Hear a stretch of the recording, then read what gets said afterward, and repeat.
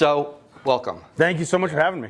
So Super awesome. The deal is that I didn't know who this guy was, Matt Chick, until Vegas. We did Mega Camp in Vegas for the region, and he was one of the speakers. Yeah. And I thought, wow, it really blew me away. So Angie and I got together later, and I said, we need to ask him if he'd do a red share with us. And we did. Yeah. You and I had like a 2-minute conversation. It was quick. It was quick. You said, "Hey, will you do something?" I said, "Yes, of course." Yeah, let's go. Yeah, it was fast. Yeah. 1, 2, 3, 4, 5, Yeah, 7 seconds. yeah. Say yes to everything, right? Yeah. But anyway, so you agreed, and then on Monday we got together. Yeah. I didn't know you. No, not at all. And it was a fun conversation. It was. So I left there going, wow. We talked about business, and then we went down some other little deeper rabbit holes as well too. So if we go down some of those rabbit holes, you're okay with that? Absolutely, man. I believe in just being open, vulnerable, and honest about everything. All right. Well, why don't we start with stuff that's dear to you, your family. Tell us about your family. I got an amazing wife, 17 years, Brittany, and then I got 3 kids. I got a 14. See, I'm the dad. I'm gonna have to remember now. Hang on. I got a 14-year-old son, Braden. I got a 13-year-old son, Maddox, and I got a 5-year-old daughter, Braylon, and she is a terror. And I'm scared for our life. I'm scared. So it's funny. It's funny because if we say no to anything, it immediately goes to the boys. Anybody else got kids like that, like big gaps? She immediately goes to the brothers, and they don't want to hear her whine, so she gets absolutely everything from them, right? So I don't think she's ever gone with nothing. She gets what she wants, and I'm scared for any man that has to get her in the future. Yeah. She's working it. Yeah, she's tainted for sure. Yeah. That's good. And only slightly spoiled. Oh, all of my kids. You try to give your kids what you didn't get, right? That's right. Yeah. That's the whole game. It is. Right. That's why we're doing this. It is. Yeah. So I want to talk about a lot of stuff today, and I want you to be very open as well as I know you've got some things that you want to talk about and present to people here as well, and hopefully we'll get some good feedback from all of you. But so you've been doing this, 20 years? May of 2017 is when I went full time. So my first 6 months, it was okay. I think I did 6 transactions or 12 transactions. My first full year, I ended up doing 40 units. I did 25 retail, 15 wholesale.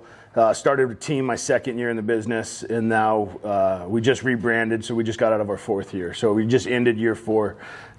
So it's relatively fast, I would say. So 4 years in the industry. Yeah. So you talked about 2 things. One is you started business with a different partner, right? I did, yeah. So when I got into the business, I had a real good friend of mine that was kind of cattle prodding me. I was in the car business for a long time, and he was like, "Hey, dude, you got to do this. You got to do this. You got to do this." My income, I had it kind of capped at that time. I was making anywhere from 125 to 150 grand a year, which was good money for barely graduating high school in my eyes, right? So it was. And he was like, dude, I saw him making 250, 275. And it was funny, I was kind of coaching him the whole time in sales and how to close. And I was we were working out every day. And he goes, dude, you got to do this. You would crush it. And I'm like, man, I don't know. You kind of just used to what you know. Some crazy things happens in that business. And I ended up jumping full time, had about 30 grand in the bank. And I said, okay, let's go do this thing. And it was the best decision, the biggest blessing of my life. Even though it was a grind and you had to grind your face off and really figure it out. But my life has exponentially changed in the last 4 years. Well, you jumped out into the unknown. Right? Oh, yeah. I had no clue what it is. With mouths to feed. Yeah, 100%. Yeah. I was the only income. Wife stayed at home, so I was the only income at that time. So it was on my shoulders to go perform, which I think, for me, I need a little back against the wall. I don't know if anybody else can relate to that. I got to have something to fight for because I've been fighting my whole life. So I have to have something that's pushing me to create activity. Because by nature, I could sit and do nothing. I mean, I'm just going to be honest with you. Yeah, I doubt that. Yeah, but anyway. I mean.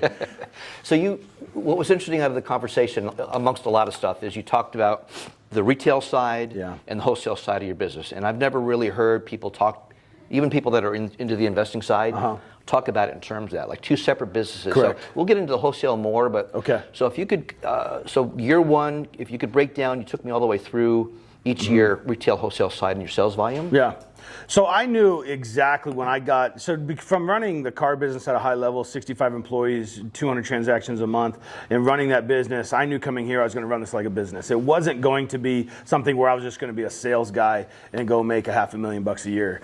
I knew I was going to run it like a business. I knew I was going to become duplicatable. I knew that. So I started tracking my numbers super early. First year, I had my own P&L. I was running it like a business my first year. First year, like I said, I did 40 units. I did right around 10.1 or 10.2 million in production, 25 retail, 15 wholesale. And then my second year as a team, I think I personally sold 38 units that year, but as a team we did 32.5 million. Third year as a team, we did 72.5 million, and I started flipped 10 houses that year, again doing about 40 units myself that year. Then big shift happened. Partners are important. So figured out that the partnership that I currently had wasn't going to behoove us to get to where we wanted to go. Visions didn't align. He wanted a different business model than I wanted a different business model. So we decided to split partnerships. And what you guys see is Impact, the new branding we are. This is a brand new team. Started January 1 with my new business partner, Jeremy Fust, over here in the corner, which is an amazing individual. And that vision aligned with what we were trying to build. So this year, even after crumbling a team down, I think how many agents did we start with? 8? 9 agents, including ourselves. We did another 72.5 million, and we did 42 investment deals. But with all that, we keep everything separate, 2 separate P&Ls. So every business that we have has its own P&L. We track it that way. We see what are our expenses, what are our cost of sales. So obviously, as you're running a real estate business, you have your revenue, your GCI, you have your cost of sale, you have your operating expenses, just like the MRE talks about. On the investment side, you don't really have the cost of sale line. You have your revenue, and you have your expenses to generating the deals, right? So we have a cost of acquisition is what we talk about on that side. So we keep everything separate so we know what's winning and not winning, right? So for us, it's super important. If you guys aren't doing, I would recommend highly. How many people are investing in the room currently? Cool. Fix and flips, wholesales, buy and holds, all of it? Okay. Buy and hold? Cool. You know, if you guys have not, you need to play in multiple sports. You cannot be a one-dimensional agent. That's the only thing we preach as a team. Our whole slogan when we hire agents is do not be one-dimensional. I am so passionate about it because I see so many agents give to so many other investors for flipping finder's fees of $2,500 to $5,000. And you guys could be cracking 30, 40, 50, 60 grand a deal, buy and hold, generating cash flow at $800 to $1,000 a month because you're buying stuff deep. I literally bought one down in your neighborhood yesterday that we bought it for $255. I got the lead, bought it the same day I got the lead, sold it the same day I got the lead, and made 35 grand on it. And we're talking in 6 hours. 59th Avenue in Union Hills. What's that per hour? Anyone got a calculator? Yeah. And, which was crazy, right? 255, everything's off market. Everything's off market. That one happened to be a brandless. The truth, I'll give you, you want the real story? Can I tell the whole story on that? Sure. Okay. Yeah. So, if this never happens, we just signed up with a brand new company called GeoFlip. A real good friend of mine, Greg Bilbro, he does PPC for cash buyers.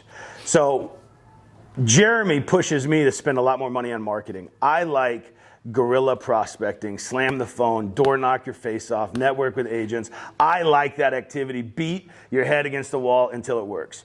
Jeremy's like, hey, let's go spend some money and see if we can do it a little easier. And I say, you're ridiculous. But he's finally talked me into spending a ton of money. We spend more money now than we ever have in my entire life, and it's thanks to Jeremy Fust. That's why he's halfway out the door. So we just signed up. $10,000 a month is what we're spending on our PPC, okay? First lead, we get an 8:41 at night. My phone's dead. I'm like, boom, I'm running to the house. 9 o'clock by the time I get my phone plugged in, I'm calling it, I'm texting it. 9 o'clock at night, trying to get this person on the phone. She ghosts me. It comes into our CRM, and we have a CRM issue where it pushed to the wrong person. It's supposed to get pushed to me so I could work all of them. It pushes to another agent. Thank God that agent has the same intensity I have, because not all of our agents do. And she got on the phone. So we're literally hammering this person at 9 o'clock at night. She's hammering it, I'm hammering it. She gets him on the phone, sets the appointment. We go yesterday, and it worked out. So the first lead out of a new lead gen source, out of marketing, we cracked for 35 grand, which I've never had that happen in my history. Normally I got to go 6 months, but. Can you just tell us a quick process of how that happened in one day? Like you didn't go to escrow apparently, right? Oh, no. Okay. Let me back up. How many people know about wholesale real estate? Okay, a little bit, right? So I got a lead at 9 o'clock. We're walking the house at 2. Seller doesn't show, literally gives me a lockbox code to get in, and then walk the property, finally get her on the phone so I can negotiate with her. And she wanted 285. I get her down to 255. I send a purchase contract. She signed it. I open escrow with non-refundable earnest saying I'm real. I then call a couple of buddies that I know and I said, hey, do you want this house? Because I don't want to flip it Union Hills. I have no desire. So if some of you guys do, let's connect because I don't. So I can send you properties. So I said, hey, do you want it? They said, yeah. I said, okay, I'll sell it to you at 290. And they said, okay. And I said, boom. Threw that assignment contract over to escrow and we closed on the 3rd. Okay, so how many day close did you put on the contract? Yesterday to the 3rd, what is that, 5 days? 6 days? Okay, so quick. 8 days? So if there's no HOA, my title company can close in 3 days. Who do you guys use for title? Do you guys have in-house title? Landmark? Oh. See? They're pretty quick. So Yeah. with Keller Williams, I don't have a problem with that. No, your brokerage shouldn't. Then I had a problem with it. Did you? They slapped my hand. So I think for us, when we came over to Keller Williams, we disclosed we did wholesale. We showed them. I don't use a 3-page like typical wholesalers or investors. I use the AAR contract and I strike things out that I don't want in it. They've never had a problem with my assignment contract and they still cover me with E&O. So I don't know. I think it maybe it's broker specific. Yeah, I think maybe he wasn't familiar as much with it, but I mean, If you can yeah obviously purchase it under your name. LLC. Oh, so your LLC. And Yeah.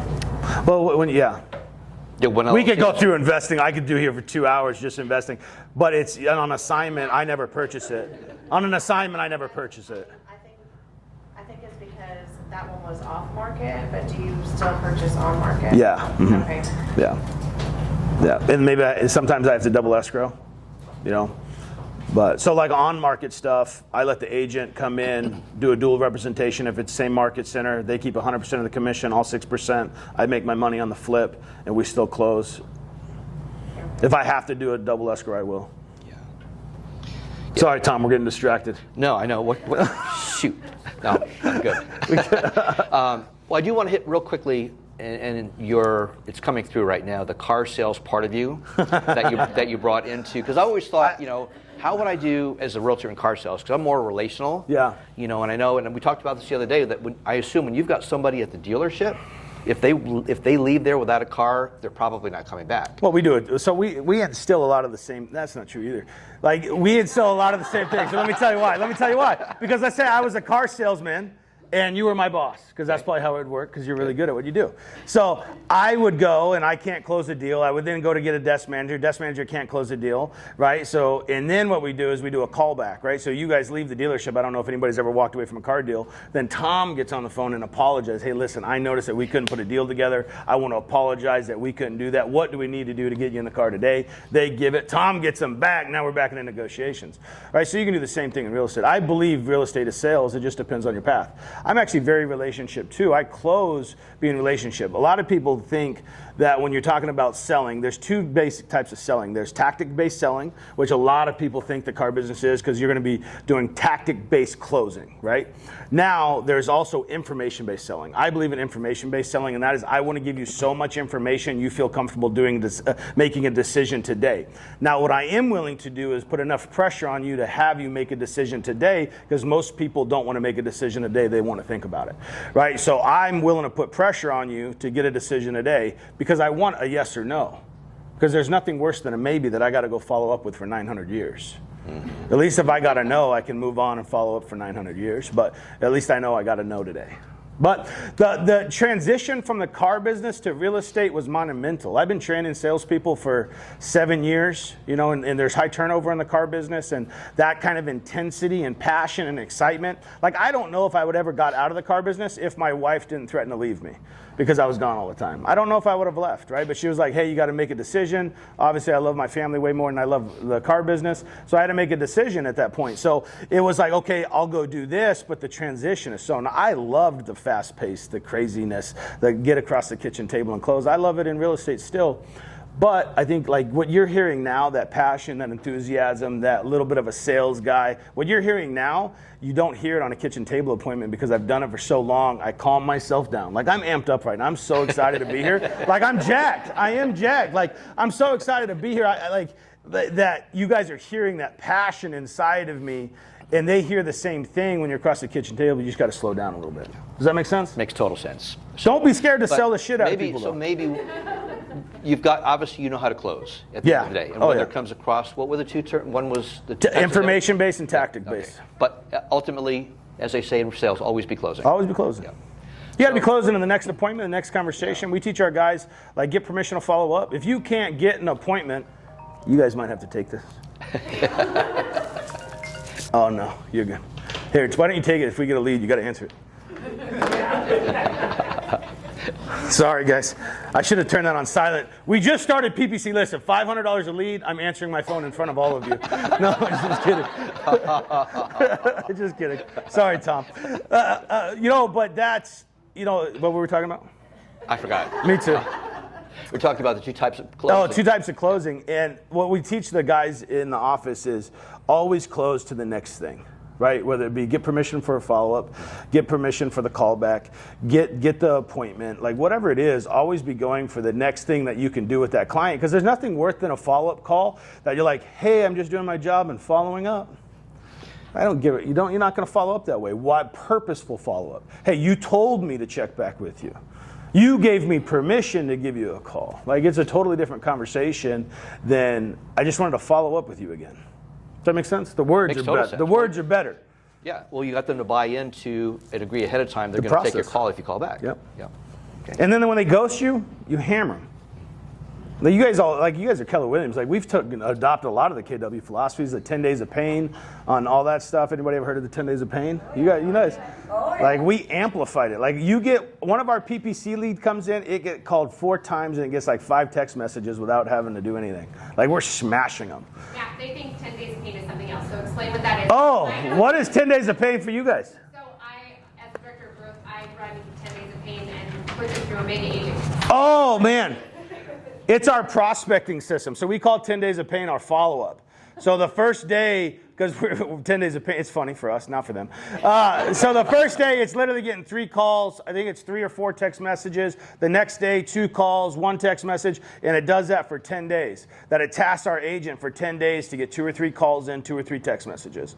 Because at the end of 10 days on a cold lead, your conversion rate goes down so much. It's going to go down a ton, So, but if you have a conversation in the first 5 minutes of getting that lead, your conversion rate is going to be 300% better than it is on day 10. Does that make sense? Makes total sense. Yep. So plus, as they say, first one back to that lead probably is going to win. Yeah, and that's why, I cleared my calendar to go to this house because I knew if I wasn't the first one in the house, I could lose the deal. Mm-hmm. When we're talking that fast, and the way people shop now is I need it right now. Get on Amazon and have it in 4 hours. I can have it tonight if I ordered it right now. So if they want to sell their house or they want to list their house, a lot of people want to do it right now. Along those lines, or maybe not along those lines, but anyway, tell us a lot about your lead gen. I know you mentioned the 5 levers of So we believe in 5 levers of lead gen. This is kind of what we teach. 2 are non-negotiable: sphere of influence and social media. You got to play in those, or we don't believe you can be a successful agent. The other 3 are negotiable. What is your skill set like? Where do you like to be? What do you want to play in? For me, calling was it because I had zero luck knocking doors. Anybody that I was ever in front of a door, nobody answered it for me. I got everybody talking through a door. It was horrible. So I didn't get anything from that. And then, events is a big one, and now agents is a big one for me. Agent networking. I try to do a ton of agent networking. I try to be at a ton of events. I don't call as much anymore. I probably should, but Sphere and social media. But all of our agents get to pick those 5 lead gen levers. Besides the 2, they get to pick those 3 lead gen levers. And then we build a time blocking schedule for them to go get into the activity. I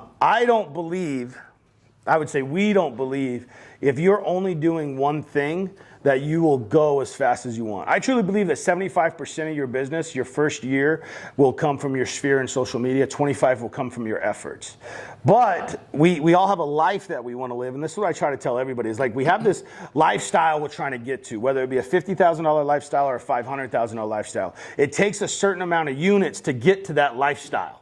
right? So if your natural deal flow, everybody has a natural deal flow. I will sell 25 to 35 houses a year without trying. It will just be my natural deal flow because I'm still plugged into the industry. I'm still plugged into the sphere. I will do that many deals no matter what. We all have that. And as your years in business go, that will get higher naturally. Make sense? Everybody understand natural deal flow? Now, if your natural deal flow will not produce the lifestyle you want, you have to bring something else in. And most people have more time than money in this industry. So what they do is I say, how are you going to use your time?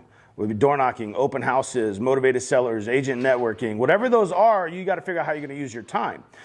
The only crappy thing about the equation is it only takes 25% of your time to really work 75% of your business, if you think about it, right? To follow up your sphere, to stay connected, to work social media, it probably only takes 25% of your time. So what you end up doing is spend 75% of your time trying to go after 25% of your business, but you still need to do it so you can live the life you want to live and get to the numbers you want to get to.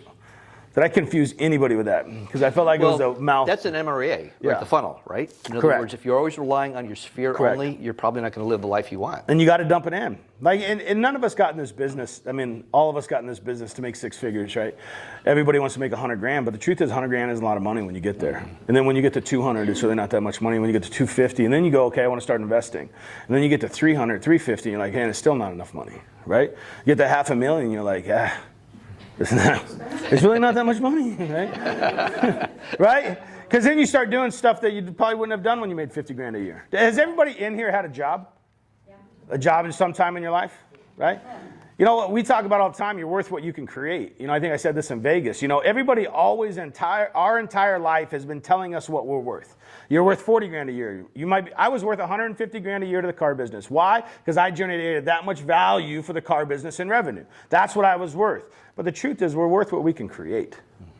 What can you put in this world through your marketing, through your prospecting, through your lead gen, through your sphere, through your social media, through your 5 lead gen levers? You're worth as much as you can go produce as long as the activity on the 5 things are there. And then when you get lucky and you make some money, please reinvest in your company, reinvest in your business, and then you can do bigger things. We have 7 ISAs in the Philippines that cost us $4 grand a month, and that's been awesome for us. We got the 10,000 PPC. We're spending $2 grand in PPC for buyer and seller leads. So we're running at like almost 35 grand a month in operating expenses, and that's been a huge blessing. We have family members on staff that run our sales team. That's been awesome. So we've been able to bless other people through making money. So just real quickly, so sphere and social media. Non-negotiables. Non-negotiable. Yeah. So just real quickly, 30,000 foot view, what do you recommend as far as types of contacts and how often in SOI? So I run the 36 Touch campaign from Kid. I believe in the campaign so much. The one thing that I don't think the campaign touches, or I haven't seen it touch in a while, is that you guys should be messaging through social media platforms if you don't have contact info. I think the game's changed. Before we had our cell phone, 1,000 names in it, and that was our sphere. Now we have 1,000, 1,500, 2,000, 25. Some of you guys got 5,000 people on social media. Well, to me, that's still your sphere. So I believe those. So like with our CRM, we'll grab that link, throw it into the CRM. We might have no other contact info besides that link, and we still work through that link. We'll push us to Facebook. We send a message just like it's a sphere lead. So that's what we mean. So we go. So we do 2 hours a day cold lead gen if you're on the phone, an hour a day follow up. Your sphere should be taking about an hour. I believe if you really get good, you could probably do an hour and a half of that follow up a day, and you're probably doing another hour and a half in your cold lead gen. Interesting. So what I hear you saying then is, are you actually messaging them on Facebook? Not video message, text message, not just a post. Direct to them. Yeah, so if you wanted to get into like social media, like how to work social media, like there's so many. Jeremy would be way better at that class than me because he's taught me everything. But we do a 3 posts a day, 2 personal, 1 business. We use it as a CRM. We message through Instagram and Facebook Messenger. There's so many different ways. I mean, I promise you guys are way better in social media than me. But I still get 6 or 7 deals a year from social media. So what I get a lot out of social media, though, is investment properties. Because I'm well connected with agents, so they see us flipping, and they say, I might have a house for you. And next thing you know, I'm flipping a house. So you're using the social media basically as your conduit to get to them via message. Yeah. Not just Here's my dog. So I also have one of my ISAs does nothing but call agents. So they set up 15-minute appointments for me 4 times a day. So 4 times a day I have 15-minute phone call appointments with agents that have said yes, that I'm allowed to reach out to them. And that's typically a decent conversation around investing. Okay, cool. Awesome. But leverage, I got to leverage money so I didn't have to make those calls.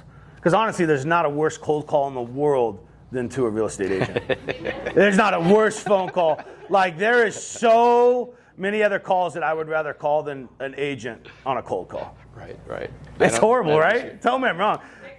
And it's even worse if you're doing it for a recruiting purpose. Ask the team leader. Yeah, you know what I'm saying? Like, at least on the investment side, there's some value. Oh, is there? Is there? You guys should sign up today, I promise you. Keller Williams will change your life. That's no joke, though. Our profit went from 18% to I think we'll be at like 32 or 33% this year, in being a year and a half with KW. Nice. So, and we'll talk about. I want to. Sorry, man, I'm all over the place. I told you, Tom. So, all right. So when we met, I said, "Hey, I'm reading this really great book called The 5 A.M. Club that Brandon Tracy recommended." Yep. Brandon who was in here for Brandon a couple of months ago. So then you kind of wilted my enthusiasm when you said what time you get up. And so tell us about your typical day. So I wake up at 4 a.m. at the gym by 5. Unless my kids are working out with me that day, then we get to the gym by 5:30. Back home 6:30, 7 o'clock. I take my kids to school majority of the days. At the office by 8. 8:30 to 9, we're in role play. 9 to 12, we're lead gen. 12 to 1, we train. 1 to 5, I call flex time. That's because I can't run a rigid schedule all day long. I have way too much in my brain. I try to be on appointments from 1 to 5. If I'm not on appointments, then I'll go back into lead gen. That's not true. Listen, I mess around too. Like, I don't want to sit here. Like, I don't want to act like everybody on my team's like, you lying right now, dog. You lying right now. He's shaking his We head saw over there. you golfing. Yeah, so I try to be super rigid with my morning in the office every day. Most of the time I'm there all day till about 5 o'clock, 4:35, unless we got other stuff that we're doing. For our agents, like Sean and Nolan in the back, they smash the phone all day long. If they're not on an appointment, they're back on the phone. So they run it hard the way we preach it. And that's if you're not on an appointment, you're back in lead gen. Now we have 34 agents, 36 agents. 33 agents. We have 33 agents, and we have 7 that do that. So we have 7 that do that, 6 that do that maybe. But that's what I would run. For me personally, my flex time is whatever I really want to do with it. And there's days, dude, I'm not feeling it, so I'll go do something else. There's nothing worse, especially if you're a new agent. I remember getting on the phone like cold calling, and the first 5 calls, I just got my teeth kicked in. And I'd be like, all right, I'm done with that for the day. I'd hang up, and I'd go do something else. Like, that's a bad list. I would never touch it. It was like bad juju, But that's how we run. Flex time, appointments. Here's one thing I'll tell you. When you have something, though, when you feel like you have a piece of fruit on the tree, like, one thing I do extremely well in what we teach, and all these guys, like, they see that, and it's go time. We don't let it die. There is no, I'll follow up with it tomorrow. We'll call that thing back 3 times in one day to try to get something, especially if it's a cold lead, because cold leads, they don't convert high. Our cold leads convert at 1 to 2%. So Sphere, obviously, way better. I'm not telling you how to work your Sphere like that. I'm not going to call my mom 6 times in a day. But you have to have intensity about what you're doing. And I don't believe, and I think a lot of agents, they lack the intensity to really push forward. So if you have that challenge, I would find it in you to push as hard as you possibly can, because you got to get the money. But if you're not running a schedule, Tom, if you're not running a schedule, like, you have to. Like, you guys have all been employees with someone. You had a start time, you had an end time, and you knew what you had to do all day. Why is it different when we work for ourselves? Why is it different when we work for ourselves? We work for ourselves and we think we have this freedom, but the truth is we don't have freedom, because does everybody in here have to make money? Or is anybody like super financially independent, like you don't need a dime ever again? Okay, I hope one person always raises their hand. I'm like, I want to meet with you, dog. Why aren't you up here? And but that's what it is. So we are still a little bit of a slave to our own business, because we haven't created the financial freedom in our life yet to get there. So what I always challenge everybody is, like, work it like a job until you get to the point where you don't need to work it like a job, and you have some structure, and you have some, like, we don't have to be in the office every day because we have an amazing sales manager that could run the whole thing, right? We choose to be in the office every day because that's where we're not done yet. There might be a day if each one of the partners has 50 to 60 grand in passive income a month, maybe we do something a little different. But till then, we got to grind it out. So I would have benchmarks and goals that you guys are trying to accomplish, and I would work it like a job until you hit the benchmarks or goals.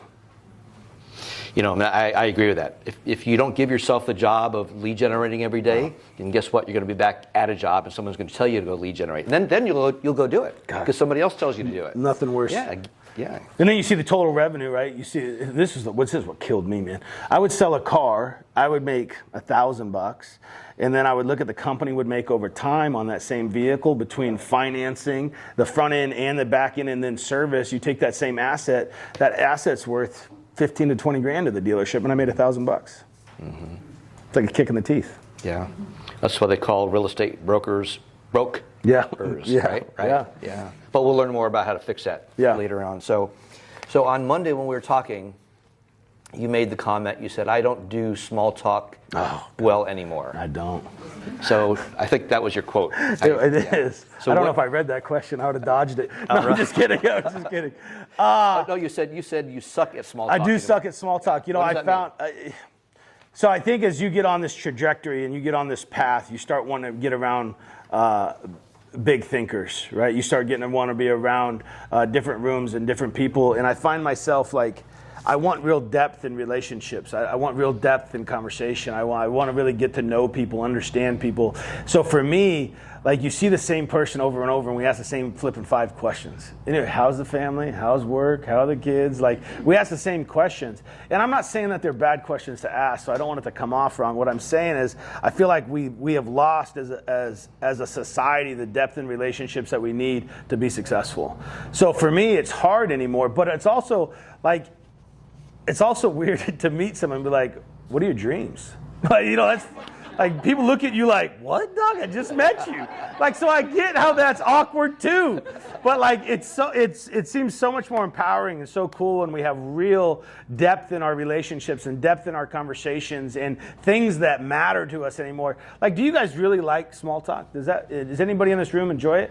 And I find as I sit in rooms like these, I would rather go, okay, what does your business look like? What does my business look like? How can you bless my business and how can I bless your business? Right? There's things that we could learn from everybody, but nobody's willing to be vulnerable enough to say, this is what my business looks like. Oh, that's a shit show. Let me show you what I've done. Right? And that's not as bad. Right? So like, because we're all not perfect, right? So I think for me, I'm looking for substance in relationships, and I think that comes over time as you self-develop and as you think. Because nobody would ever guess that was me when I was 15 years old. I got this Instagram message the other day, and they said, it was a kid from high school, and he said, "Who would have ever thought that you would have found a voice?" And I'm like, was I a quiet kid? And I'm like, there's no way I was a quiet kid. I wasn't a quiet kid, but I didn't talk to people that I didn't know or I didn't like. You had to be in my world to communicate with me, right? Not so much anymore. So it was cool to see that perspective and that growth pattern, but it's taken years of abuse and craziness to get there, So I just think you have to develop mentally. So would you mind going back to your youth and kind of then fast forwarding from there? Tell us a little bit about listen, I'm an open book as long as nobody's going to judge. Anybody going to judge in this room? You guys any judges? All right, cool. Just checking. All right, as long as we're going to judge. Who is that? So, I grew up, my real dad left when I was 3. I'm going to give you the Cliff Note version. I was born, no, I'm just kidding. My real dad left when I was 3, but it was one of the most traumatizing things in my life because I remember it to this day. I remember him leaving. I remember him chasing him. I knew I didn't want to stay with my mom. I knew I wanted to be with him. And he said, dude, you can't come with me. And I'm like, okay, that sucks, but it is what it is, right? My mom really blamed me and my sister for leaving. So at the age of 10, she told me, I tell people this all the time. I go, nobody knows what real rejection is. What we face in this industry is not rejection. When I was 10 years old, my mom said, I wish I'd never had you because your dad would still be with me. That's rejection from someone that was supposed to love and nurture and care for me. That's rejection. Someone hanging up the damn phone on me because they don't want to talk to me, I feel no pain in that. I feel no pain in that because you understand, and all of us have, if you guys think back right now, a lot of us could get stupid emotional in this room about things that have happened to us that feel like real rejection. So, with that, at 10 years old, my parents didn't really like me. I didn't really like my parents. We didn't get along well, So I started selling drugs at 15 because we were super poor. Started selling marijuana. You can't make much money with marijuana because the size of it, you need a lot of it. You can't really hide it at 15 years old. It's a little challenging. Nobody's laughing. I understand. I get it. Drug jokes are sensitive. I get it. So by the age of 16, I started selling cocaine. Did that for a little while until I almost got caught. Got pulled over by Scottsdale PD with a little bit of coke in the car, and I wasn't even a good drug dealer. I tell people this all the time. I was the dude that kept it at the house. My buddy would cut it up. I would keep it at the house, and I made 100% of the drops, and we split the money. I was the dude that took 100% of the flipping risk. I took all the risk, and I made 50% of the money. If I would have been an entrepreneur then, I would have understood I was doing it wrong. I'd have cut out the middleman. No, but, dude, listen, I make a joke about it. And the reason I do that is because I really don't want you guys to judge me for dealing drugs in my life. I've done it. You know what I'm saying? Now that we're talking 25 years have passed, 20 years have passed. And, so I got pulled over. I didn't go to jail. I had a little bit on me the whole time. It scared me straight. I never did it again after that day. I had like an 8-ball left, and I went and got rid of that. And then I don't know why I talk in drug terms like everybody's going to understand. How many people know that 3.5 grams is in an 8-ball? Can we add that on the video? Like that's just what he meant. I always like to see who's going to actually raise their hand. Yeah. So I'd have lost my train of thought. So anyways, I move out at 17. I move out at 17 years old. I found a little apartment, lived there for about 6 months, finally moved in with my dad that was gone, traveling the world, and I lived with my stepmother for almost 6 months. Bought my first house at 19, found my wife at 22, had kids at 25, and then I found God at 27, and that's when my life changed. So grinded my face off for a long time. I was at a point at 27 years old where I was actually thinking about going back to dealing drugs because I couldn't provide for my family. My wife would have left me, she would have known. Ended up getting a job at a bar again. And then through the bar, I had this whole situation where I found God. My life changed instantly that night, and started selling cars. Sold 30 cars my first month. Made 8 to 10 grand every month after that. Paid 100% of my debt off. Then the car business kind of blew up on me. My wife was going to leave me.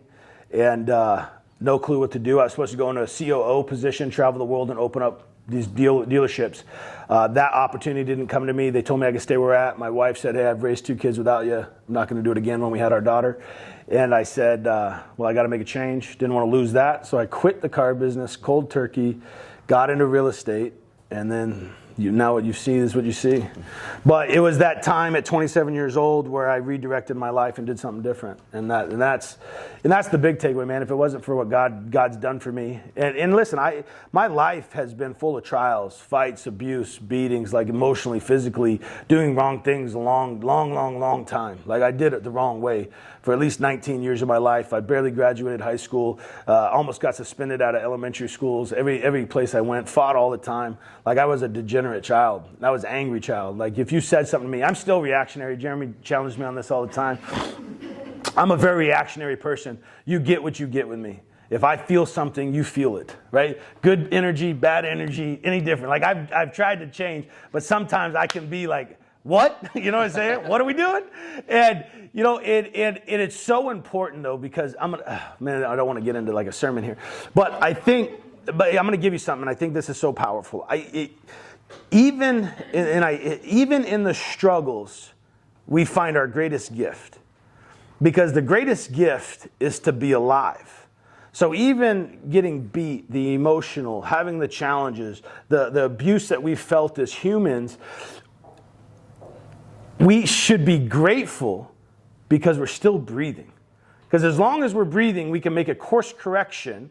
And the truth is, you can change your life in 12 months, 15 months, 18 months, 5 years, 6 years. Anything can change if you're willing to change. So for me, going through that, I look at it now as such a blessing because I'm open, because I'm honest, because I'm vulnerable, because I'm willing to go. I can relate to people that most can't. I can look at a heroin addict in the eyes and tell him I love him, and it doesn't mean nothing that he just slammed a bunch of heroin. Like, it doesn't bother me. I've been in situations that won't bother me. Now, some people it will, right? Some people would feel awkward about it. It doesn't bother me. So now I get to be in that and I get to serve in that, right? So I know what it's like to be broke. So when I got an agent say I can't pay my bills, I'm like, I get it, dog. What are we going to do today? Let's go to work. So I think you got to be excited about your experiences. Now I know I went off on a huge tangent. And hopefully I didn't bring the room down too big, but that's my history. That's where I come from, and the reason why Impact is what it is because it has a little bit of all of our personalities, all the partners, all the team. We are literally one team, right? You get a little bit of everybody's flavor. The team would be nothing without Jeremy. The culture we have is because of him, because I'm like this. I'm like, you're not on the phone, let's go. You're not on the phone, let's go. He has softened me, and I've hardened him. That sounds bad, but. I noticed now that he's not even in the office. No, he's out, dude. Anymore. He's out. We've been working on Jeremy. He's got like an attention deficit disorder with his phone, and he likes to. Right now, he's on Facebook getting a lead. Right, Don? So, and that's the cool thing about culture. You guys have the same culture in this office. Each and every one of you bring a different culture to it. Your challenges, your past, who you are. And I think you got to be willing to share it so people can grow. So that's why I'm an open book. Well, thank you for this, because I was hoping it would go there. Good. Right? Yeah. We can have people in here every month talking about how to sell lots of houses. Yeah. That's not what this is all about. It's not, man. And the truth is, the money doesn't fill a hole. Like, listen, I love making money. Like, this is one of the biggest things my pastor beats me up on, because I love money. I love money. Like we made 35 grand yesterday, and I was literally jumping up and down like a little child. Like, I love money. We were at an event. Like, we got Team Leader of the Year last night over at the Real Producers event, and in the middle of that, we got the assignment contract back that we made the 35 grand, and I was literally jumping up inside Whiskey Row, jumping up and down like a little child that we just made 35 grand. Because it supplies something. Like, listen, one of the biggest problems with my life is I needed options. I started selling drugs because I wanted options. I was tired of not having water. Has anybody ever boiled water on a stove to take a bath? Or like eat eggs for like 2 weeks in a row, or potatoes? It fucking sucks, excuse my language. It sucks. God forgive me. It sucks. It sucks.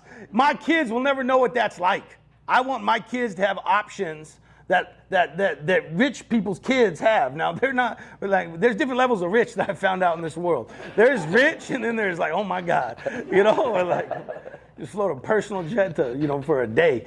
But and that's what's important to me. And I talk about my kids all the time because, I spend $1,000 a month on my kids' private training for football. I spend $400 a month, so Josh Shaw, that used to be with the Arizona Cardinals, will come and do speed work training. I spend $500 a month for a strength coach. Like, I never got that. You know what I'm saying? Now, there's goods and bads. Like, I think my kids are a little entitled. Like, they're a little entitled. So we got to break that down now, right? But at the same time, like, that's fun for me. That's fun for me. Every year I try to donate a couple $1,000 to single moms that do, like, for Christmases, because I remember what it's like to wake up and no Christmas. Right? Or you get just the essentials, like you get a sock or underwear that you need, right? And so it's about having the money to give back. One of the biggest visions that we have is to, like this year, I want to give back to the agent population $1.5 million in commissions, wholesale fees, and flip profit. Like, I want agents to profit off our flips. And I think it's so important that we do that and constantly give back. Because here's one thing I've learned: you can't outgive God. The more I give, the more I'm blessed. The more I give, the more I'm blessed. You just can't do it. So, for me, I want to give as much as I possibly can, because I know that I'll be blessed tenfold. I really do. So, like so far this year, we've already given 150 grand out to the agent population on 6 deals. In a month, you know what I'm saying? So it's amazing. And listen, I'm not just talking about the agents on our team. I'm talking about agents across the valley. I had an agent bring us a deal the other day that we cracked for 70. I gave him, we split it 50-50. I gave him $35,000. He goes, "This is the biggest check I've ever had." I go, "That's great." He goes, "No, you don't understand. I barely made this last year." I said, "That's cool as shit for me." And listen, I still made 35 grand. I'm happy. So I think you have to have purpose. The money can amplify the noise. Money is only going to make you what you already are inside. Oh, man. Yeah. Ooh, that's a good one. Yeah. You mentioned the other day, just started in passing, that you're part of a group. You said, like, you probably make the least amount of money in that group. Fresh my memory. Did I miss that? I should have read the question. Do you get together regularly with some guys? Oh, yeah. Good, yeah. So I'm a big believer in coaching and self-development. So there's this guy named Ronnie Doss. Has anybody heard him? Kevin and Fred Kaufman, you guys know who they are? So super good dudes, man. I love those guys to death. Their recruiting game is strong too. But like phenomenal dudes. They introduced me to this dude named Ronnie Doss. Ronnie Doss has this small group of men. It's about 15 dudes, and I'm probably like there's millionaires, billionaires. Like it's amazing this community. But we all came together without, like, listen, normally when you get a bunch of high-level men in a room, I'm going to talk about men specifically real quick. When you get high-level men in a room, it's all about what can I get from the room, right? It's always about, like, and most times for men, a relationship is there because there is reciprocation of some sort financially. There's a gain always, right, I believe. And so this group, it has nothing to do with money. It's all about mind, spirit, better to be a better spouse, to be a better father, to be a better man. And I'm probably the least successful dude in the room. Like least successful dude in the room. And to be around these guys and to hear their stories. Like there's one dude, I don't know if I'm allowed to say it, but I'll say it anyways. He's a CEO of EA Sports. And he was the owner, just sold it. And he says, every time someone calls me, it's an ask. I couldn't imagine. And I'm sure some of us, like, there's times I'll get a family member phone call and I don't answer it because I know there's an ask. Right? And he goes, every phone call, especially if it's a male, it's an ask. So anytime we call him, I don't ask him. We go to small talk. How's the family? How's the kids? What's new in your life? What are you working on? And I think it's so important to have those relationships that pump you up in life, not just financially, not just business, not just any stuff that's monetized. You got to have people in your life that are willing to build your spirit, build you are as a person, female, male, doesn't matter. Who's in your life lifting you up? Who's in your life helping you become a better man? I was a horrible father. What I'm saying, I wasn't like, it's not like I beat my kids, but I wasn't around. I put more priority on providing than being present. Anybody else ever do that? No? Okay, good. I think all older men. Yeah.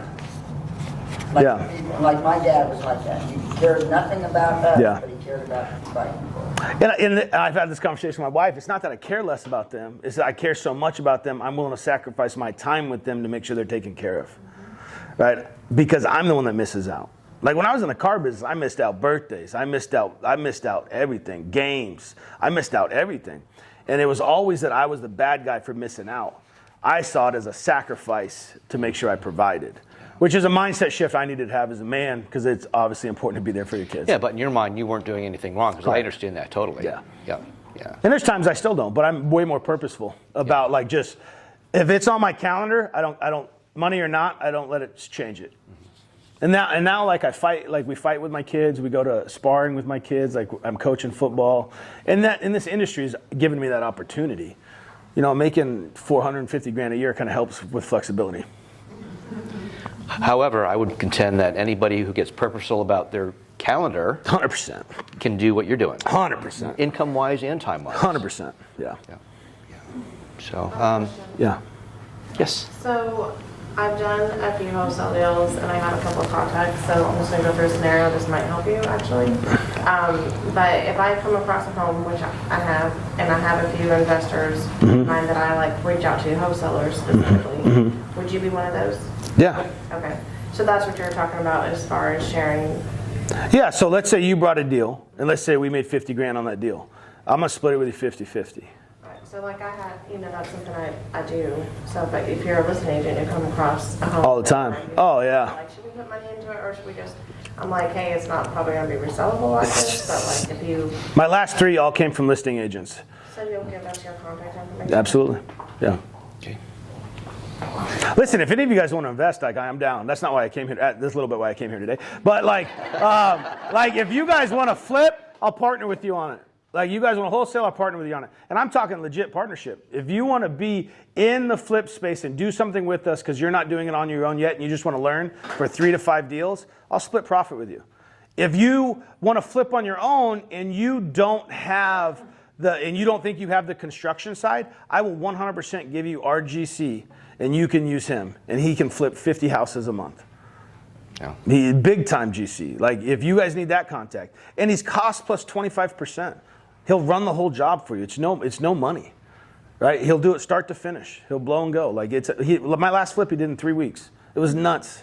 So if you want to do that, if you guys need money, let me know. I'll partner on deals. Well, you mentioned when we talked on Monday that you see that most agents have an interest, but they lack the knowledge on how to do it, and they have a high amount of fear. Yeah, I would say 80% of the agents that I talk to, every one of them getting. How many of you in this room want to get in investing?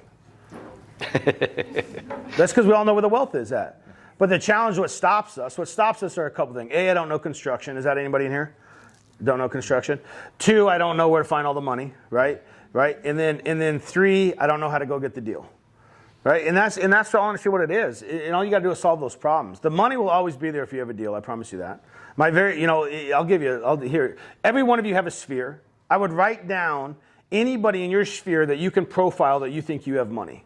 And I'm telling you, man, there's people that you know that have cash. The question is, what does the conversation look like to go get that? So my very first year of investing, I wrote down a list of 25 people that I knew that had cash. I didn't know, I speculated. You know what? I was going to CrossFit. So 20 of the names were from CrossFit. Because if you can afford CrossFit, you got money. I promise you that. Right? So, and I went 3 names on the list. I found $2 million. Yeah. I did 0. I did a profit share model. Right? I painted the vision. This is funny. If they would, I wish my other partner was here because I like telling the story in front of him. If he would have known I never flipped a house before him, I don't know if he would have believed me. Right? I didn't talk about what I did. I talk about what I'm going to do. Right? And anytime you sell a business, you sell the future of the business. Does that make sense? You don't say, I flipped 20 houses. I just need more capital to grow. That's the conversation now. I said, listen, my goal is to flip 5 houses a month. That's 60 houses a year. At 60 houses a year, $45,000 profit. This is what we're looking at total profit. Because you're going to be 100% of the money. I want to give you 30% of that for funding all of it. He's like, you're going to give me 30%? I'm like, yeah. And he's like, okay. Now I got 100% financing, none of my own money. Right? None of my own money. I got 100% financing. I got a partnership that cares. And all I got to do is go find deals. And go find deals, you can do it a ton of different ways. We can talk about that all day. Cold calls, door knocking, listing agents, realtor network, right? The question is it a deal? You got to know your math. Can you do ARV? Can you buy at 70 cents? Can you do 85% minus repairs? Where are you buying it? Do you want to just buy and hold, VRBO? Then you got to understand investment strategies just a little bit. But honestly, guys, listen, no strings attached. If you have a deal and you just want us to look at it, I won't even partner on it. Even if you want to do it 100% on your own and do nothing with it, I'll give you the information to monetize it. And if you decide to do something with us, great. If not, then it was just a blessing. I'm serious about that. I want to see so many people win, it's ridiculous. Well, we talked about this. Angie and I have been talking about, we've got a title company, JV now. We're going to do a lender, love it. JV, mortgage company. But my passion is to create an investment group to go out and buy, either buy and hold or buy and flip properties. And maybe we can do something as an office with you. Love that. Okay. I'm in. I think it's so important that collectively we all grow together. There's no lack of opportunity. We just got to go find it. That's right. Yeah. Just got to go find it. So what else do you want to add? Oh man, what else do you want? You got to just go crush life and do dope shit. Seriously, there's the stuff. The only thing that ever stopped you from accomplishing anything is your own mindset. Right. Everybody knows that, but we're not willing to work on it to do it. Even when you think you're doing everything right and everything is going like shit, you quit. All you gotta do is keep going.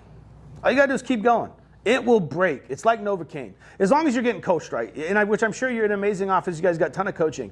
But if you are doing the activities as prescribed by someone or by yourself, you're hammering it day in and day out, it has to work. It has to work. Because there's only a couple of things stopping it right now, and that's skill set, which means your conversation. So you need to have more of them to get better. Activity, right? And then aggressiveness.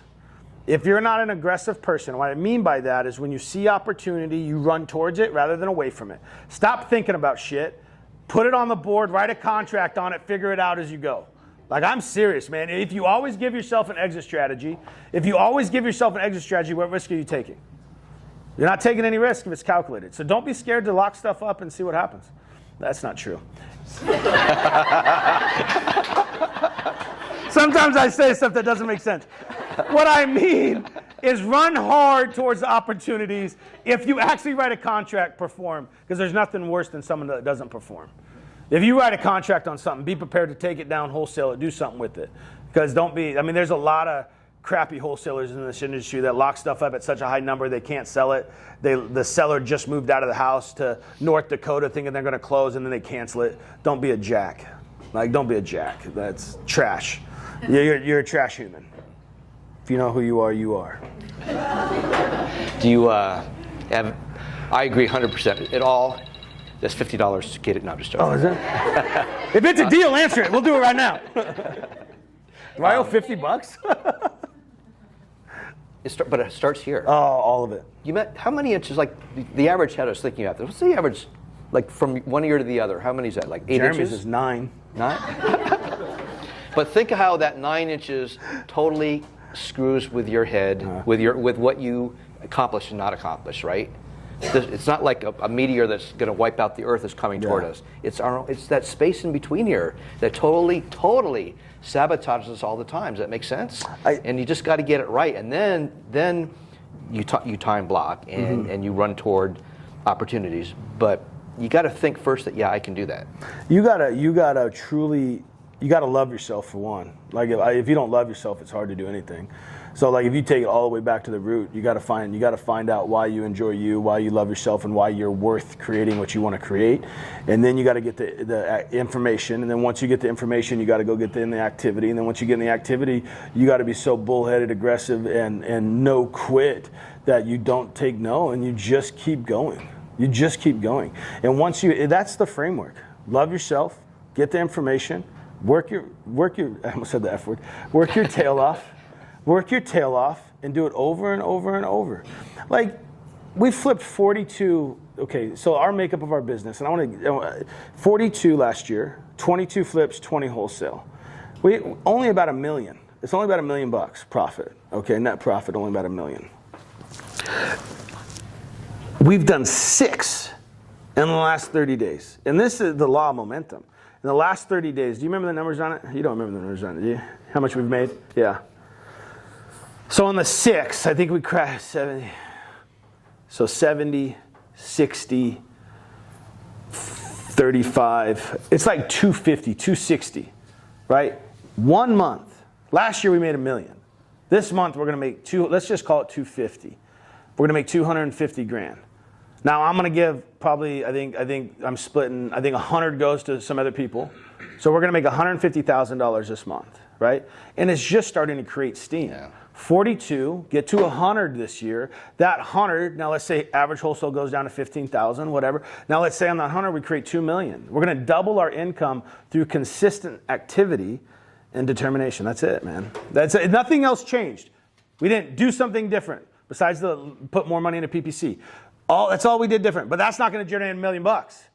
All we've done is stay consistent for 2 years, networking with agents, smashing social media, profit sharing everything we do, and this is where it's gotten us. 2 years later, so if you had to work for 2 years and make $1 million next year, are you willing to do it?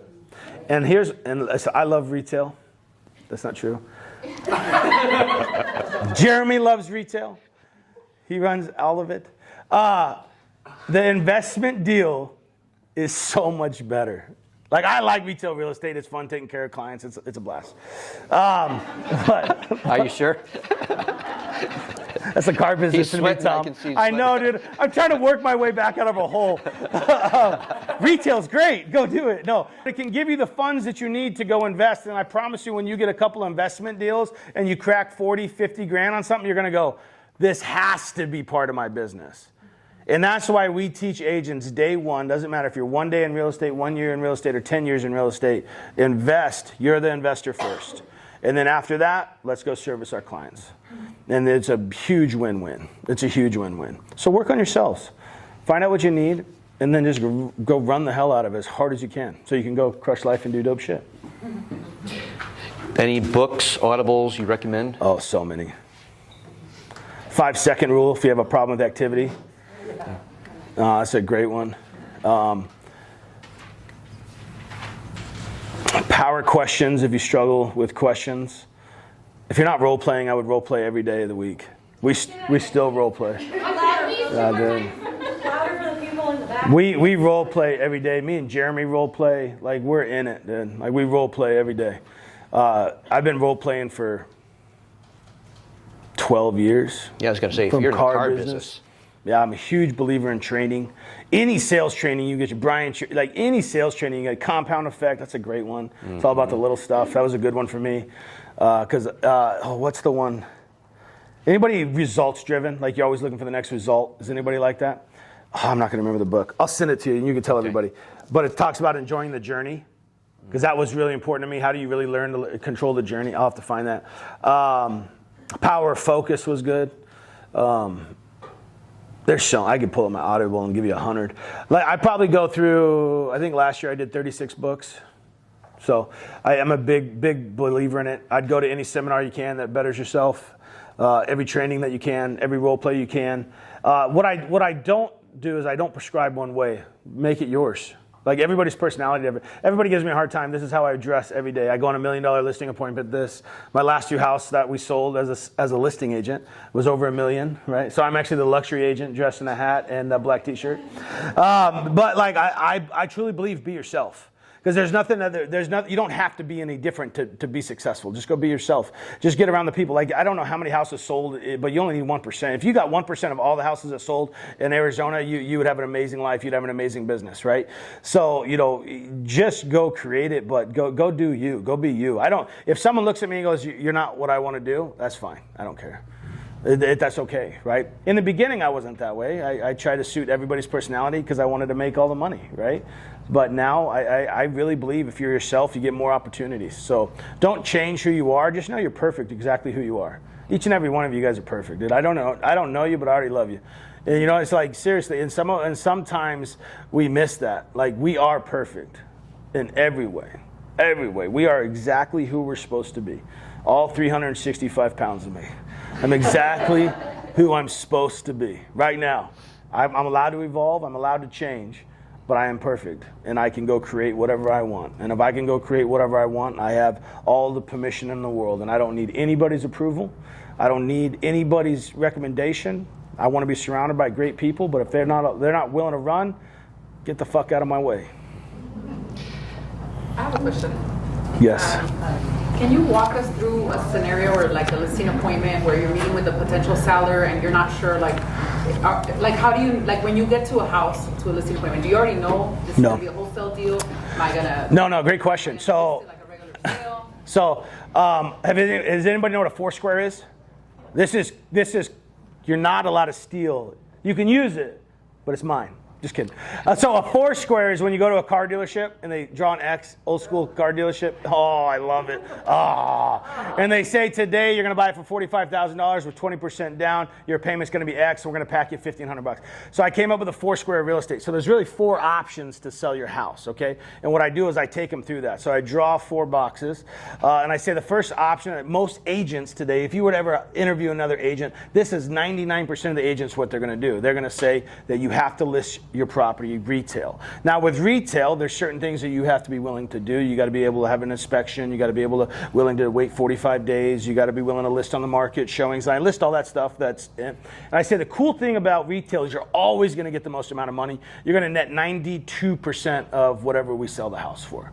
Okay, but there's really there's 3 other options. One being a hedge fund. Hedge funds are what we call a big box buyer. I'm sure you heard of them. OfferPad, Open Doors, Zillow. Well, not Zillow anymore because they couldn't do it, right? And then I draw a box and I say, but they have something called a buy box. In that buy box, it's very specific on what they want to buy. So normally it's a 3-bedroom, 2-bath, and I said, and with them, you're going to net somewhere between 80 and 85% of value. And then you guys got, like me, what we call fix and flippers.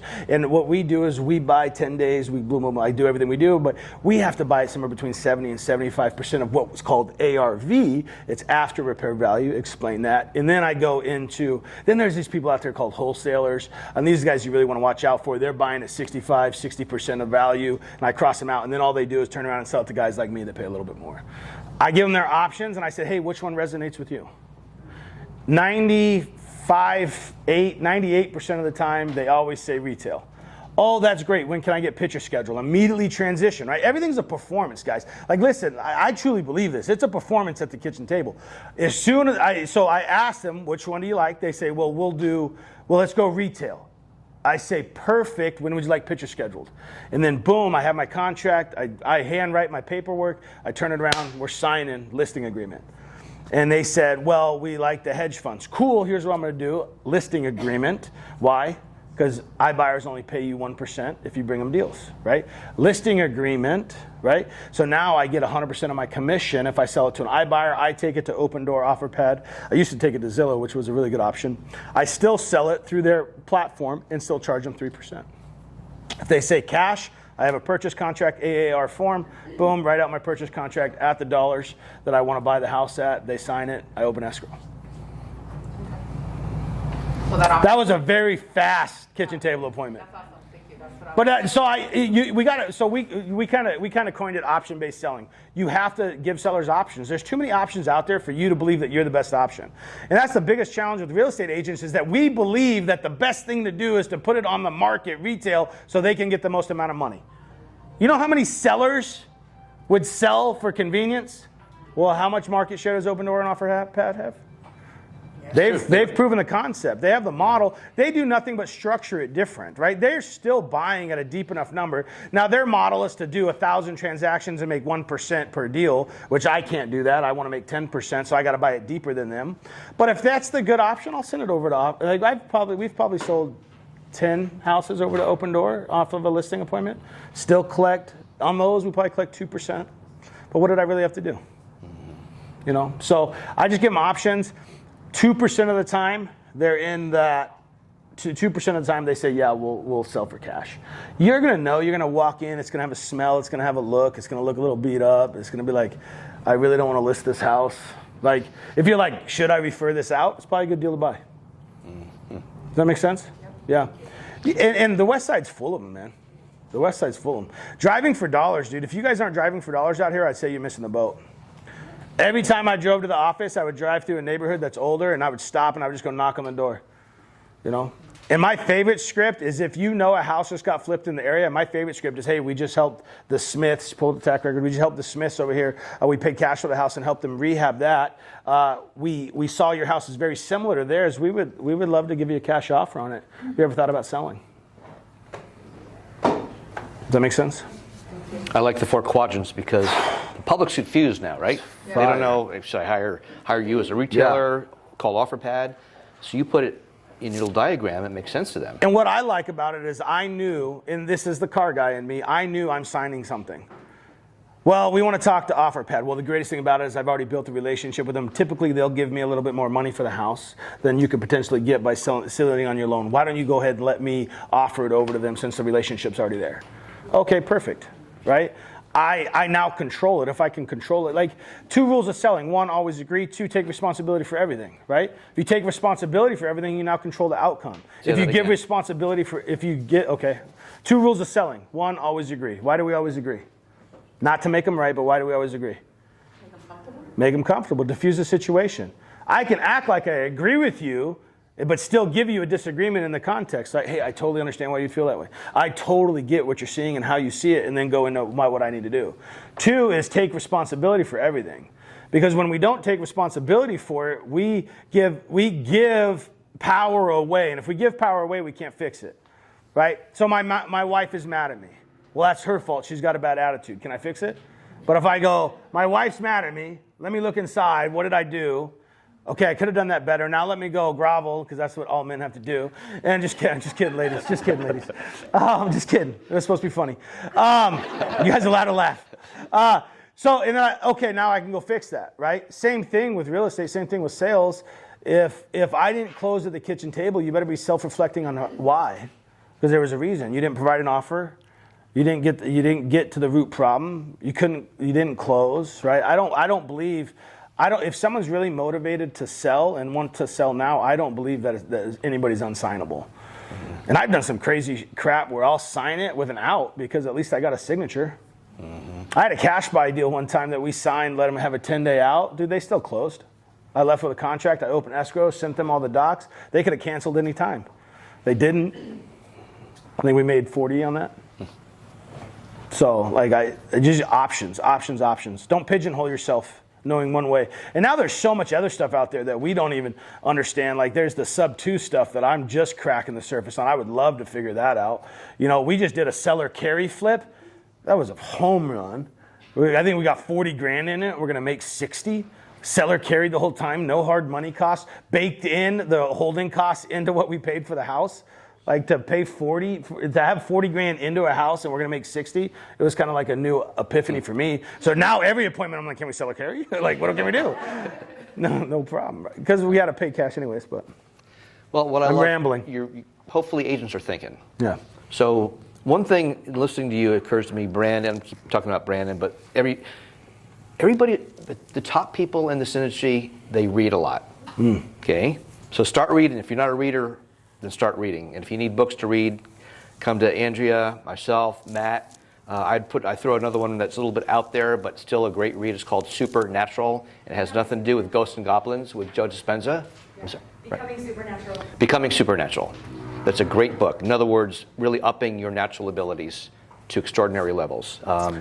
Read, listen to Audible, get a coach. Yeah, get a coach. Books that she gives away. Yeah. In my office. You guys have I would reflect inside though. Don't just go grab some random book because we recommended it. Really look inside and say, what is it that I want to work on?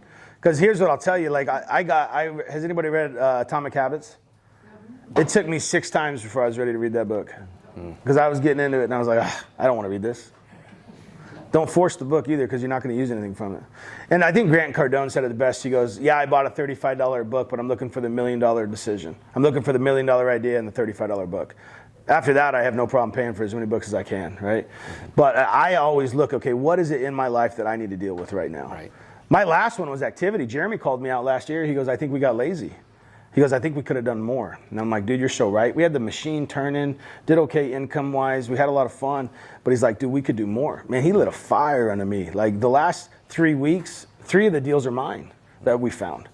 Because he lit that fire. Like, okay, time to get back to work. Let's go. We're not where we need to be. Let's go. Sometimes you got to kick your own ass. Am I cussing too much? Get a coach. Even if that coach is another accountability partner, you have to, I mean, Gary Keller's always talked about, I'm sure Gary still has coaches. Now, as you move up the ladder, you require different coaches. And you may have multiple coaches at the same point in your life. You may have a business coach, a life coach, a spiritual coach, whatever it may be, a money coach. But guys, the people that get ahead, they always talk about that at the top of their game, Tom Brady has coaches. Tiger Woods had multiple coaches. You know, there's always room to improve. You've got to get coached. Rebecca Durfee is a rock star over there. I'm looking at her. Gary Keller picked your coach out for you, but you have a coach. Is that working for you? Oh, yeah. Oh, yeah. Yeah. So you got to be coached and just read a lot. That reading really fills in the blanks between the coaching. Yeah. Because there's so much that you don't know and I don't know, but somebody knows it and it's on the pages of the book. Go find that book. We both, me and Jeremy both get coached. Costs us $2,000 a month, and then I have like a relationship coach. That too. Dude, I've done thousands of answers. No, he does. So we don't work on, I told him no business, all personal. So I don't know what I wanted to call that. No business, all personal. Better father, better spouse. That's all I want to talk about. That's the hardest session that I have. Yeah. That's cool. I've done thousands of hours of counseling. Thousands of hours of counseling, dealing with trash. Like I'm a believer in counseling. Like I am a big believer in counseling. If you need it, go get it. Pay all the money for it. There's nothing worse than keeping baggage from shit that don't matter anymore. Yeah. God, I'm cussing a lot. I apologize. And it shows up in your life, and which means it also shows up in your business. Shows up in your insecurity, shows up in your relationship, shows up every aspect of your life. Yeah. Deal with the trash first, and then go build. Yeah.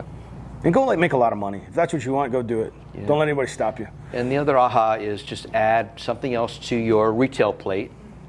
And if you don't know how to do it, your phone number is 480. I'll slow it down because I'm fast. It's 480-980-7078. My Instagram is IamMattChick. I would love to connect with you guys. I put a bunch of stuff on there. I do not have a coaching Not, I don't have a coaching platform. I'm not looking to monetize coaching. What I am looking to do is have conversations with people that want to have conversations. So like my time is my time. I cherish it. But if there's something that you want to have a real conversation about, I'm down to have deep, real conversations. I'm serious. Like we just did one of these, and I had 2 young girls in my office that are not interior designers. They would be mad if I said that. But they want to get in the flip space. They have no money, but they come across deals. We're going to work out a profit share. And it doesn't have to be about deals. It can be about anything. You want to call me up because you don't know me and tell me how hard your life was and I'll relate to it? I'm down, dude. I'm serious. Anything we do can build each other. I'm in. I'm all in. I'd love to talk to anybody that wants to talk. That's from the heart. Believe that. Question for you. Yeah. Can you hear me? So I follow you on Instagram. Awesome. And, How is it? it's awesome. Oh, thank God. She's like, it's trash. And, I love that you're so, accessible. Yeah. And able to, really be there to help. Yeah. Oh, I love it. My question is, what would it look like if I were to call you up and say, hey, Matt, I want to do this. I don't know what I'm doing. Yeah. Well, what I would probably do is set for a time that you came over to Gilbert, because I like face-to-face way better than the phone, or we could do a Zoom. And then I would want to dive deep into really what you're looking to do, right? And if it's in the retail space, I'd probably recommend some amazing KW coaches, some amazing coaches that did some stuff for me. I'd probably give you some information that really worked for me to increase my retail business. If it's in the investment space, I would look for an opportunity for us to partner on some deals, or how I could provide value in your life. And like I said, if it's through construction, I'll give you the construction. I am not selfish with any of my things. I will give you 100% whatever. You want my hard money, people? I'll give it to you.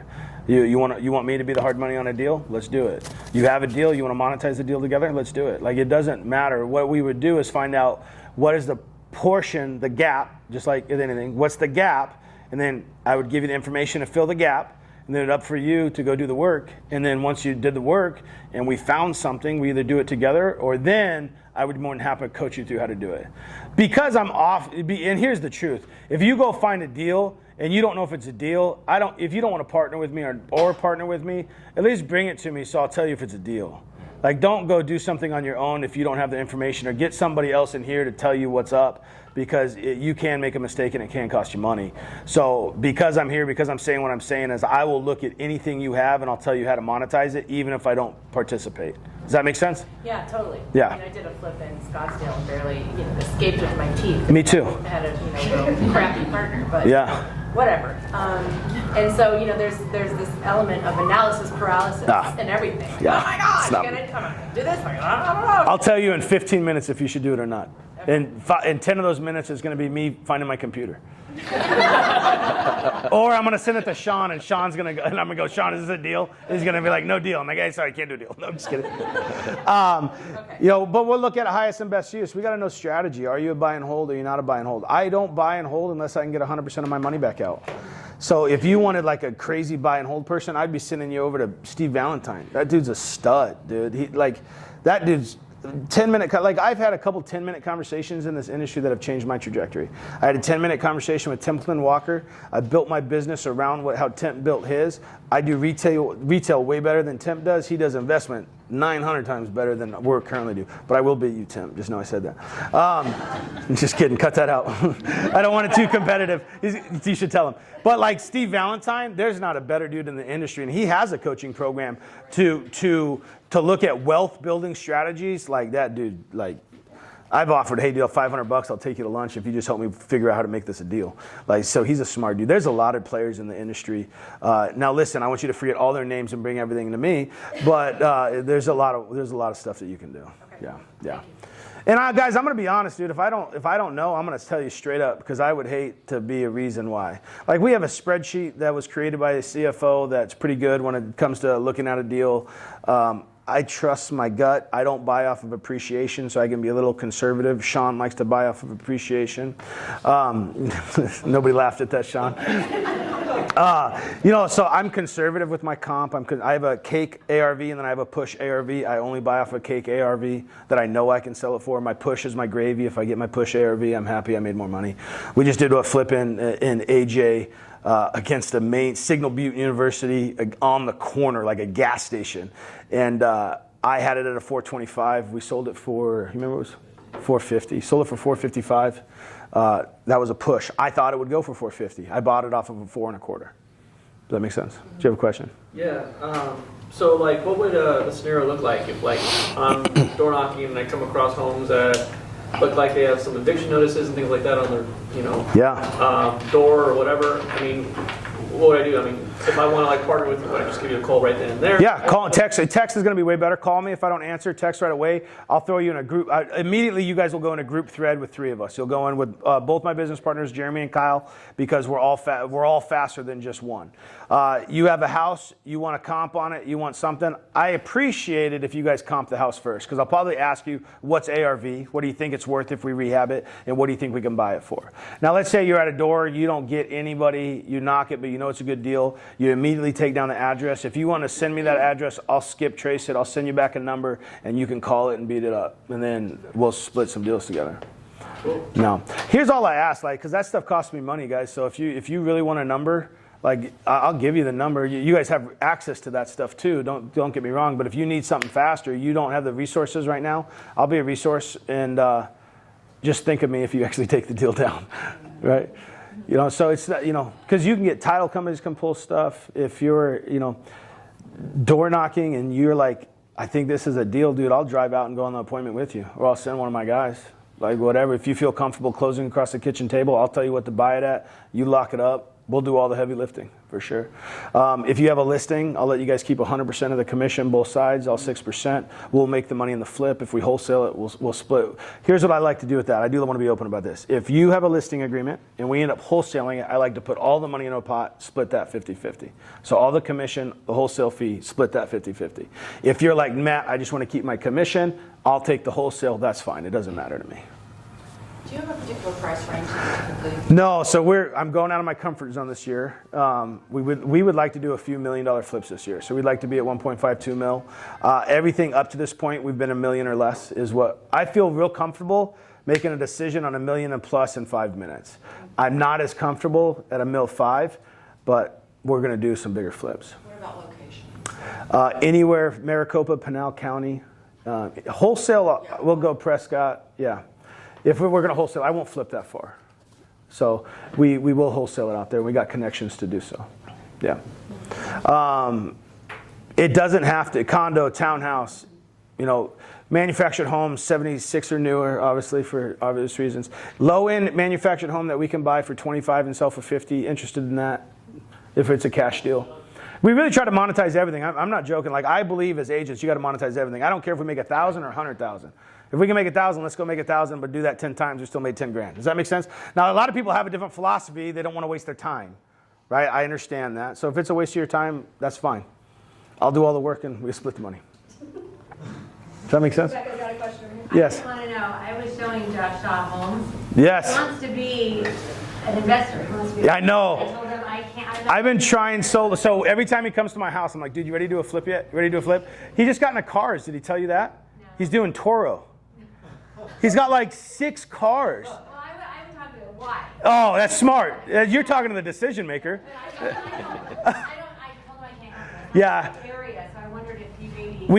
We've talked about it a few times and we've never done anything. I should just call him up and be like, Yeah, how much money you got? to do it. He was doing it out of state.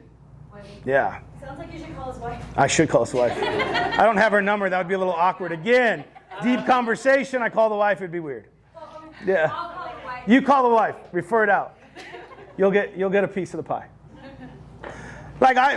Seriously, we really I really. So last year, I think we paid out close to $500,000 to agents that brought us deals. I really want to hit 1.5 million. I really do. I don't know why I'm obsessed with that number. Maybe it's because we would make 2 million. I don't know. But I really want to pay out 1.5 million in flip profit. We're talking about splitting flip profit for the people that participate in deals with us. Nobody does that. I don't know another person that would give you, I'm talking flip profit.